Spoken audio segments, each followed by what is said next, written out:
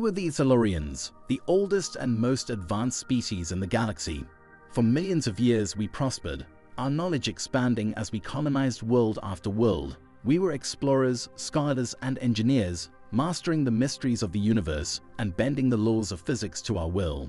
Our empire was a beacon of enlightenment, a pillar of stability in a chaotic cosmos. But our arrogance was our downfall. We believed ourselves to be unassailable, the true rulers of the stars. We encountered countless species, some primitive, others more advanced, but none ever challenged our supremacy. None could rival the Xalorians until we encountered the humans. We first detected them in what we called the periphery, a remote sector of the galaxy, far from the heart of our empire. Their signals were faint, disorganized bursts of electromagnetic noise emanating from a small, unremarkable planet orbiting an average yellow star.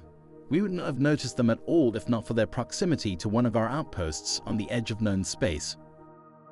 Curiosity led us to study them. We observed from a distance, careful not to interfere.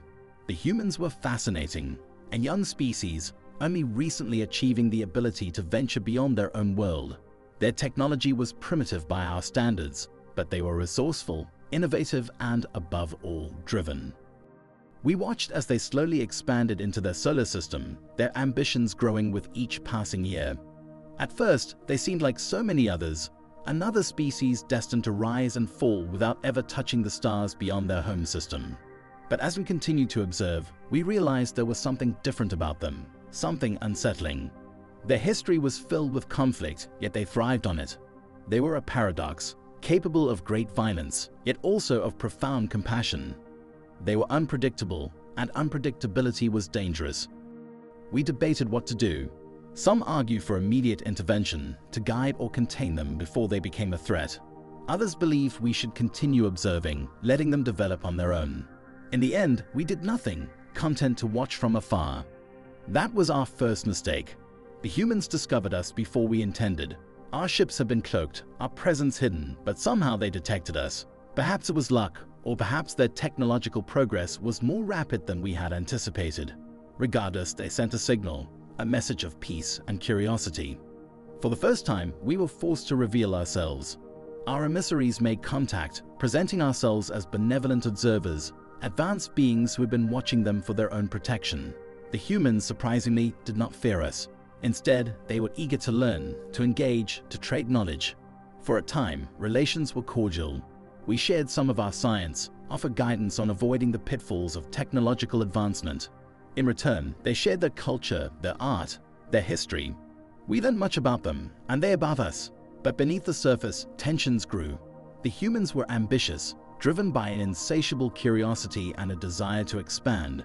They did not understand, or perhaps did not care, that there were boundaries they should not cross. The breaking point came when they began to explore beyond their solar system. We warned them against it, but they ignored us.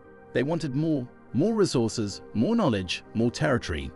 Their expansion was rapid, reckless, and in time it brought them into conflict with our outposts on the periphery. The first skirmishes were minor, misunderstandings, accidents, nothing that could not be resolved through diplomacy. But the humans did not back down. Each time we pushed, they pushed back harder. Each time we set a boundary, they crossed it. It was as if they were testing us, probing for weakness. They found it. We underestimated them, as we had so many others. We believed our technological superiority would prevail, that their primitive fleets would be no match for our armadas. But the humans fought with a tenacity we had never encountered. They adapted to our strategies, turning their weaknesses into strengths. Their ships, though crude, were resilient.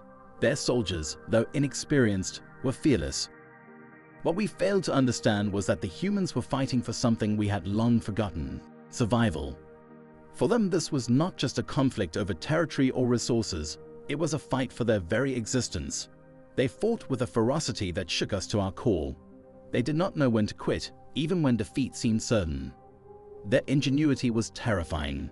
They reverse-engineered our technology, learning from each battle, each loss. Where we relied on precision and control, they thrived on chaos and unpredictability.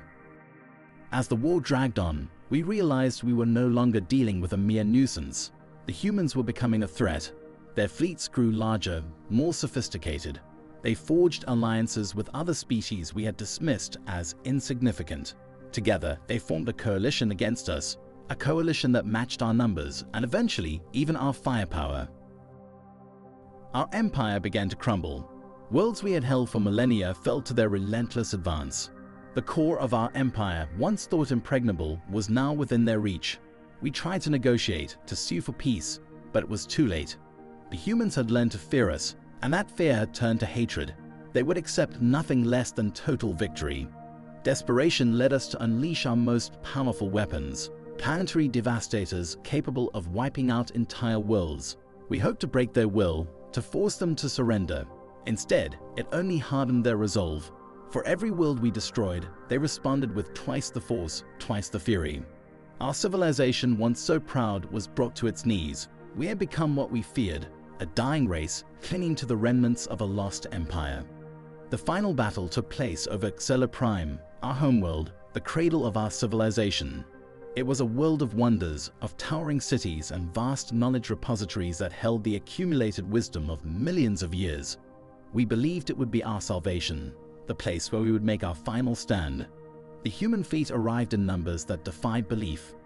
They had brought everything, every ship, every weapon, every soldier they could muster. They knew this was the end, and they intended to finish us. Our defenses, once the pride of our empire, crumbled under their assault. We fought back with everything we had, but it was not enough. The humans had surpassed us in ways we could not have imagined. As our cities burned and our fleets were shattered, I stood in the Great Chamber, surrounded by the last council of the Xalorians. We knew our time had come. The humans would not stop until we were nothing more than a memory, and perhaps that was what we deserved. I sent one final message to the human commander, a plea for mercy, for the survival of our species, but there was no reply. They had learned too much from us. They knew that to win, they had to leave no enemy behind. I am the last of the Xalorians, the sole survivor of a once great empire. The humans left nothing behind but ruins and silence. They took our worlds, our knowledge, our future. They are the new rulers of the galaxy, their coalition now standing where our empire once stood. But as I record this final chronicle, I wonder if they truly understand the cost of their victory. They have won the war, but in doing so, they have lost something invaluable: innocence. They have become what they once feared, what they once despised. Perhaps one day they will realize that conquest comes at a price, and that in destroying us, they have sown the seeds of their own downfall. For now, though, they celebrate their victory, unaware of the long shadow it will cast over their future. As for us, we are gone, our voices silenced, our legacy reduced to dust. But at the quiet void of space, where no one can hear, I still whisper our story, hoping that somewhere, somehow, someone will remember the Xalorians and the lessons we failed to learn. For in the end, it was not the humans who destroyed us, it was our own hubris. And that, above all, is the true tragedy of the Xalorians.